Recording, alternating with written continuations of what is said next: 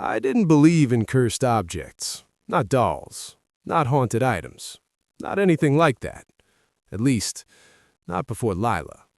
It started on a random Saturday afternoon. My sister came home with a box. Old cardboard, dusty edges. The kind of box you don't even question until you open it. "Look what I found," she said. She sounded excited. Too excited for something she bought at a thrift store. I was sitting on the couch, barely paying attention. "What is it?" I asked. She set the box down on the table, opened it slowly, like she already knew what was inside mattered. And then I saw it. The doll. Porcelain face. Pale, too pale.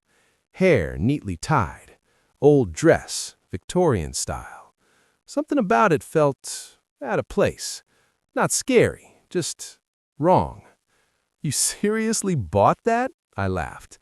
She didn't laugh back. "She's beautiful," she said. That caught my attention, because she didn't say it. She said she. "What's her name?" I asked, joking. She didn't hesitate. "Lila." Like she had already decided, like the doll told her. That's when I felt it. Just a small feeling. Something off. But I ignored it, because it was just a doll, right? She placed it on her shelf, facing the room, watching. At least, that's what it felt like. That night, everything was normal. We had dinner, watched TV, nothing unusual. I went to bed around midnight, didn't think about the doll again. Until the next morning. I walked past her room, door open. Something caught my eye. The doll.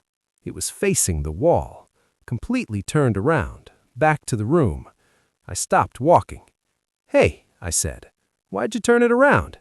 She looked confused. "I didn't." I stared at her. "You had to have." She shook her head. "No, I left it like this," facing the room. I looked back at the shelf, then at her. "You're messing with me." "I'm not." We stood there for a second. Silence. Then we both laughed, because it was stupid. It had to be. "Maybe it shifted," I said. "Yeah," she replied. "Gravity or something." We moved on, but something stayed with me. That image. The doll, facing the wall. Like it didn't want to look at us. Or worse, like it was hiding. That night, I couldn't sleep. No reason, just one of those nights. Around 2:30 a.m., I heard something. A soft sound, from down the hallway. I sat up, listened. Nothing. Then again, a faint tap, like something small hitting wood. I got out of bed, walked slowly toward the door, opened it.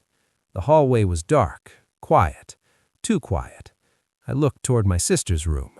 Her door was slightly open, just enough to see inside. I stepped closer, carefully, pushed the door open. She was asleep. Everything looked normal, until I saw the shelf. The doll was facing the room again. I froze, because I knew we didn't touch it, and she didn't wake up. So who moved it? I walked closer, heart beating faster. The doll's eyes looked different. Not physically, but the way they reflected light. It felt like it was looking at me. I reached out, turned it around again, facing the wall. "Stay," I muttered. I don't know why I said that, but I did. Then I left the room, closed the door, went back to bed, tried to forget about it. Morning came, and with it, that same feeling. Something wrong. I walked into a room and stopped. The doll was gone from the shelf. My stomach dropped. "Did you move it?" I asked. She shook her head. "No, why?" I pointed. "It's not there." We both looked around the room. Bed, desk, chair, nothing. Then she gasped. I followed her eyes, and I saw it. The doll was sitting on her bed, right in the center, facing the door, facing us. We didn't move, didn't speak, because neither of us wanted to say it, but we both knew that wasn't possible. "No," she whispered. "No, no, no." I walked forward slowly, picked it up. It felt cold, colder than it should. I placed it back on the shelf, facing the room. "This isn't funny," I said. "I'm not doing anything," she replied, and I believed her. That was the worst part, because if it wasn't her, then what was it? That night, we kept her door closed, locked, just in case. We didn't say why, but we both understood. Around 3 a.m., I woke up again. The same feeling, the same silence. Then, a sound from the hallway. Footsteps. Slow, light, like something small walking. My heart started racing, because my sister was still in her room, door locked. So what was out there? The footsteps stopped, right outside my door. I held my breath, didn't move, didn't make a sound. Then, a soft tap on my door, 3 times. I stayed frozen, too scared to answer, too scared to move. Then I heard it, a whisper, soft, almost playful. "Let me in." And I knew that voice wasn't human. I didn't open the door. I couldn't. My body refused to move. That voice? It didn't sound loud. It didn't need to. It felt like it was already inside the room, inside my head. "Let me in." Softer this time, closer, like it was right against the door. I stared at the handle, waiting, praying it wouldn't move. Seconds passed. Then, the handle twitched, just slightly, barely noticeable, but enough. Enough to confirm something was there, something real, something trying to get in. I held my breath, didn't blink, didn't move. The handle turned a little more, stopped, then slowly returned to its original position. Silence. Complete silence. No footsteps, no movement, nothing. I stayed like that for what felt like hours, too afraid to check, too afraid to even breathe too loudly. Eventually, I don't remember falling asleep, but I must have, because the next thing I knew, it was morning. Sunlight. Normal sounds.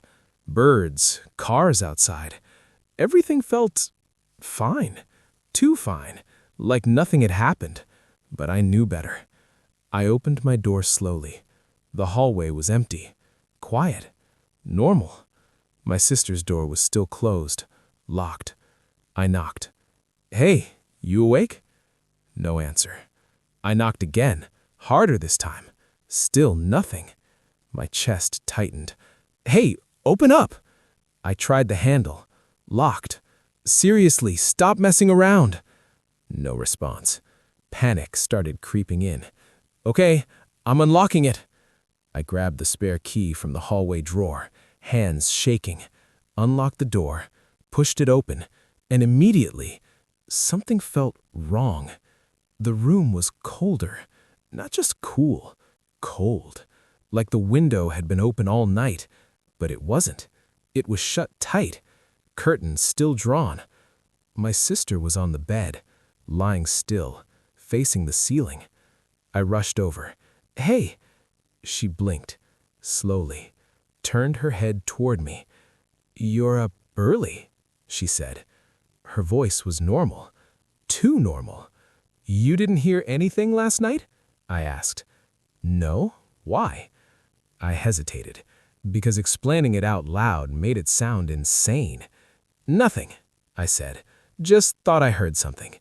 She nodded, didn't question it, but something about her felt off. Subtle, hard to explain, like she wasn't fully there. I looked around the room, the shelf, the desk, the chair. Then I froze. The doll. It wasn't on the shelf again. My stomach dropped instantly. "Where is it?" I asked. She looked confused. "Where's what?" "The doll." She paused, then slowly pointed to the corner of the room. I turned and saw it. The doll was sitting on the chair, facing the bed, facing her. That wasn't where we left it. I was sure of that. I walked toward it slowly. Every step felt heavier, like something was pulling me back, warning me, "Don't get closer." But I did anyway. I picked it up, and this time, it felt different. Not just cold, heavy, like it weighed more than it should, like something was inside it, watching. I turned it around, checked the back. Nothing unusual. No mechanism, no speaker, nothing that could explain anything. Then I heard it, a faint breath, right next to my ear. I froze, didn't turn, didn't react, because I knew if I turned around, I'd see something I couldn't unsee. So I slowly placed the doll back on the chair and stepped away. We should get rid of it, immediately, firm, serious. She shook her head. No.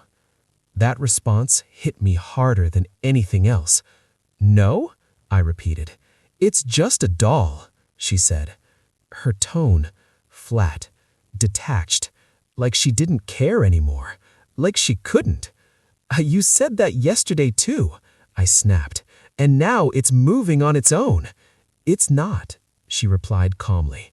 You're just overthinking. I stared at her, because that wasn't like her at all. You saw it move. She didn't respond, just looked away at the doll. And for a second, I swear, she smiled. Not a normal smile. Something subtle. Something shared between her and the doll. That's when I knew. This wasn't just about the doll anymore. Something was changing. And it wasn't just in the room. It was in her. That night, I didn't sleep. I stayed awake, door open, watching the hallway, waiting for anything. Hours passed. Nothing happened. No footsteps, no whispers, no tapping. Just silence. Until 2:17. Exactly. I didn't check the time randomly. My phone lit up for no reason, and there it was, 2:17. The same time everything started, the same time I heard the voice, the same time something tried to get in. And then I heard it, not in the hallway, not outside, inside, from my sister's room. A soft voice, talking, whispering. I moved closer, carefully, quietly, and listened. She said, I understand now. Pause. Then, a second voice, lower, distorted, coming from inside the room. You're learning. My blood ran cold, because that voice was the same one from last night. Will it hurt? She asked. No, it replied. Only at first. I pushed the door open, hard. The room went silent instantly.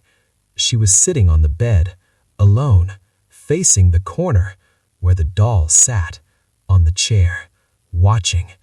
They both turned at the exact same time and looked at me with the same expression, blank, unnatural, wrong. And that's when I realized I wasn't interrupting something. I was witnessing it. The moment it started taking her. I didn't say anything. I couldn't, because the moment they both looked at me, I understood something. I wasn't supposed to see this. The room felt wrong, heavy, like the air itself was watching. My sister sat perfectly still on the bed. The doll sat on the chair. But the way they moved, the way they turned their heads, it was identical, perfectly synchronized. Too perfect, like one was copying the other. Or worse, like they were the same thing. You shouldn't be here, my sister said. But her voice wasn't hers. It carried something underneath, something deeper, something layered. I took a step back, slow, careful. We need to get rid of it, I said, my voice shaking, barely steady. Her head tilted at the exact same angle as the doll. No, she said. That word echoed, not just in the room, inside my head. You don't understand yet. The doll's head moved, slightly, just enough for me to notice, and this time I knew for sure I wasn't imagining it. I turned toward it, slowly, and what I saw made my stomach drop. Its eyes were different, not glassy, not lifeless. They looked aware, like something was looking out through them, studying me, learning me. "You watched," my sister said. "You saw." Her voice was calm, too calm, and now it sees you too. The lights flickered, once, twice, then steadied, but something had changed. The shadows in the room, they felt deeper, darker, like they were stretching, reaching. I stepped back again, toward the door. "I'm calling someone," I said. I didn't know who, didn't care. I just needed out, now. "You can't," she replied. Simple, flat, certain. I turned, grabbed the door handle, pulled. It didn't move. I pulled harder. Nothing. It was locked, but I hadn't locked it. My chest tightened, panic rising fast now. Behind me, I heard movement, soft, slow. I didn't want to turn around, but I had to. I forced myself, and when I did, the doll was no longer on the chair. My heart stopped, because there was only one place left it could be. I looked at the bed, at my sister, and there, sitting beside her, was the doll, closer than before, closer than it had ever been. Its head turned toward me, slowly, deliberately. "You waited too long," it said. This time, its mouth moved, just slightly, enough to confirm it, enough to break whatever logic I had left. I backed into the door, hands shaking. "You're not real," I whispered. The doll smiled, a small, unnatural, perfect smile. "Neither will you be," it replied. My sister stood up, slow, unsteady, like she was learning how to move again. She stepped forward. The doll didn't move, but its eyes followed me, locked onto mine. "You saw the pattern," she said. "You knew something was wrong." Another step, closer, and now you stayed. Her voice cracked slightly, like something inside her was struggling, fighting. For a second, I saw her, the real her, terrified, trapped. "Help me," she whispered, barely audible. But then her expression snapped back, empty, gone, too late. I lunged forward, grabbed her arm. "We're leaving," I said. I pulled hard, but she didn't move, not even a little, like she was rooted to the floor, like something was holding her there. "No," she said softly, and then the lights went out. Complete darkness, silence, for 1 second, 2, 3. Then I felt it, a hand, cold, on my shoulder, not hers, too small, too stiff, right behind me. I froze, couldn't breathe, couldn't think, and then it whispered, right next to my ear, "You're next." The light snapped back on, and everything looked normal, too normal. The room was empty, my sister, gone, the doll, back on the chair, facing the bed, like nothing had happened. I stood there, trying to process it, trying to understand, but deep down, I already knew. She wasn't gone, not really. She was still there, somewhere, just not in control anymore. I grabbed the doll, didn't hesitate, didn't think. I ran out of the house, got in my car, drove, as far as I could, didn't stop, didn't look back, until I found a dumpster, far from home. I threw it inside, buried it under trash, and left. For the first time, I felt relief, like it was over, like I escaped. But that feeling didn't last, because when I got home, the house was quiet, too quiet. I walked inside slowly. Everything looked normal, until I saw her, my sister, sitting on the couch, facing away from me. Relief hit instantly. "You're okay," I started. She turned and smiled. The same smile. The doll smile. Perfect. Still. Wrong. "You came back," she said, and behind her, on the shelf, the doll sat, facing me, smiling too. That's when I understood. I didn't get rid of it. I brought it back, and now it didn't need the doll anymore, because it already had something better, someone real, someone alive. And the worst part? Sometimes, late at night, I catch my reflection, smiling, before I do.